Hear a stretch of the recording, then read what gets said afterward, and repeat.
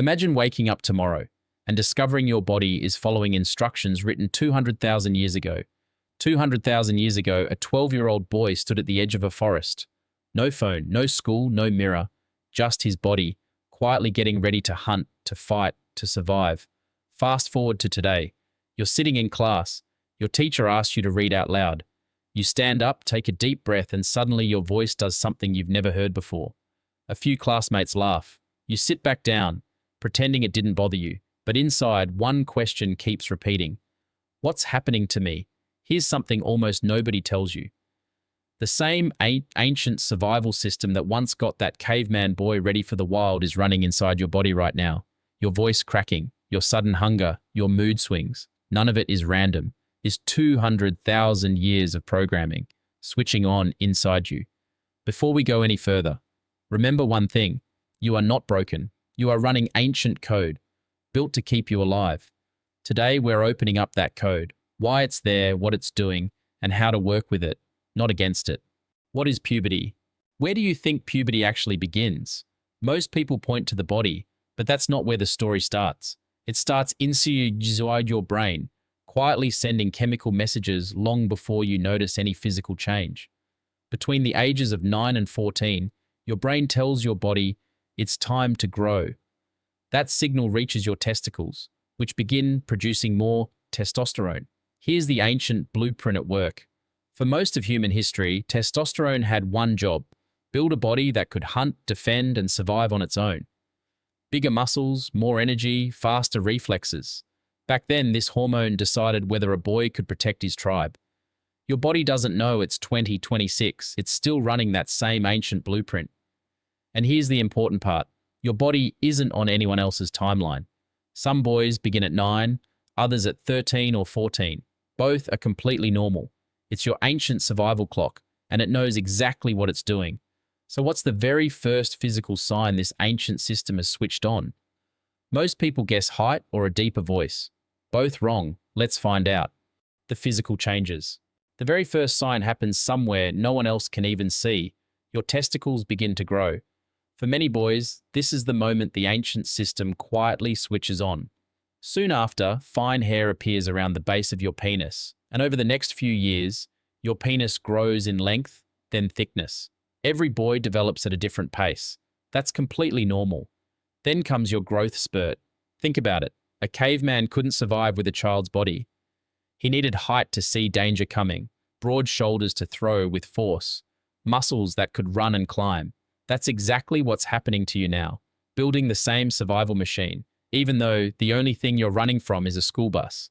Clothes get tighter, shoes stop fitting. Some boys grow 2 to 3 inches in a year. Shoulders broaden, muscles define. Some grow earlier, some later. Neither is better. Now, your voice. Ever wonder why it cracks mid-sentence? Here's the survival system at work. A deeper voice made a man sound bigger and more dominant, useful for scaring off rivals without throwing a punch. Your body is building that same voice. It's just still under construction. Inside your neck, your larynx grows larger, and your vocal cords are learning to work together again. That's why your voice jumps from high to low without warning. If it cracks, don't panic. It just means your ancient blueprint is finishing its work. Hair starts appearing under your arms, around your pubic area, and later on your face. To a caveman, this hair added protection, helped regulate body temperature, and signaled maturity to the tribe. Some boys grow facial hair earlier, others years later, both normal. One more surprise, a small tender lump under one or both nipples. It's common, it's caused by shifting hormones, and it usually disappears on its own. If anything ever feels off, talk to a parent or doctor. Asking questions is the smartest thing you can do. So far, the changes everyone can see. But puberty also changes things people can't see. Your skin, your sleep, even how your brain works. Skin, sweat, and sleep. Why do pimples suddenly show up even when you're washing your face? It's not because you're dirty, it's hormones. Your skin produces more natural oil. To a caveman, that oil wasn't a flaw. It waterproofed skin and protected it from sun, wind, and cold with no moisturizer in sight. Your body is still following that old instruction manual, even though you're not living outdoors anymore. That oil mixes with dead skin cells, clogs pores, and causes acne. Keep your face clean, avoid picking at pimples, and if it gets severe, talk to a parent or doctor. Body odor works the same way. Your sweat glands are becoming more active. In the wild, scent was a form of communication, how tribes signaled presence and territory. You've inherited that same signaling system. The world just runs on deodorant now, not scent. Daily showers, clean clothes, and deodorant matter more now, not because something's wrong with you, but because your body is growing. And here's a surprise. Why don't you feel sleepy until much later at night? Your brain's internal clock shifts during puberty, releasing melatonin later than before. Some scientists think this shift may be left over from a time when teenagers needed to stay alert later for the group. Whatever the reason, your body naturally wants to stay awake longer. That's biology, not bad behavior. But school still starts the same time, so keep a regular bedtime and limit screens before sleep. While you're asleep, your body does its most important growing and repairing. The emotional side of puberty. Puberty rebuilds your brain too. Ever been fine one moment and suddenly annoyed or upset over something small? Later you wonder, why did I react like that? Here's what your ancient programming is doing. Your brain has an ancient alarm system built for real danger, one that reacts first and thinks later because a caveman who paused to analyze a threat sometimes didn't survive it. That alarm system doesn't know the difference between a predator and an embarrassing moment in class. It just fires. You're not becoming a different person, Bayard. Your brain is under construction. The emotional part develops faster than the part that handles planning and self-control. That's why feelings suddenly feel bigger. What helps? Start by naming what you feel. Instead of, I'm just angry, try, I'm feeling frustrated. It's like putting the alarm system on pause long enough to think. Exercise helps, journaling helps, talking to someone you trust helps. If sadness or stress lasts for weeks instead of days, talk to a parent, teacher, or trusted adult. Asking for help is one of the strongest things you can do. Relationship and friendship during puberty. Here's a part of puberty nobody talks about. It happens in your relationships, not your body. A friend you've known for years feels distant. Someone you barely spoke to is suddenly close. Don't panic. Friendships change because people change. From your survival system's perspective, survival never depended on one person alone. It depended on the tribe. Your brain constantly reevaluates who belongs in your tribe as you grow. That instinct gets stronger during puberty, not weaker. You may also notice something new. Maybe there's a classmate you've sat next to 100 times, and suddenly, one ordinary day, your heart beats a little faster when they walk in. You fumble your words. You can't stop thinking about them for the rest of class. If that's happened to you, you're not weird. This is one of the oldest instincts in human history.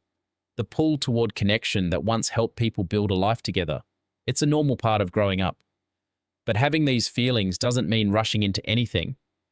The healthiest thing you can do is keep living your life. Friends, sports, hobbies. The better you know yourself, the healthier your future relationships will be. One more lesson. Respect. If someone says no or I'm not interested, respect it. Real confidence isn't about convincing someone to like you. It's about respecting their feelings. And remember, every timeline is different. Never make fun of someone developing earlier or later than you. A 5-second joke can stay in someone's mind for years. The best friends aren't the ones who laugh at your differences. They're the ones who make you feel accepted, like your tribe should. Quick self-care guide. Think of it like this. You've got ancient hardware running in a modern world. Here's how to keep the system running well. 1. Shower daily and use deodorant. 2. Wash your face gently, morning and night. 3. Keep a regular bedtime. Your growing body needs sleep as much as food. 4. Move every day. Football, cycling, swimming, anything. Your ancient body was built to move constantly, not sit still for 8 hours. Exercise strengthens your body and helps your brain feel better too. 5. Eat real meals, not just chips and soft drinks.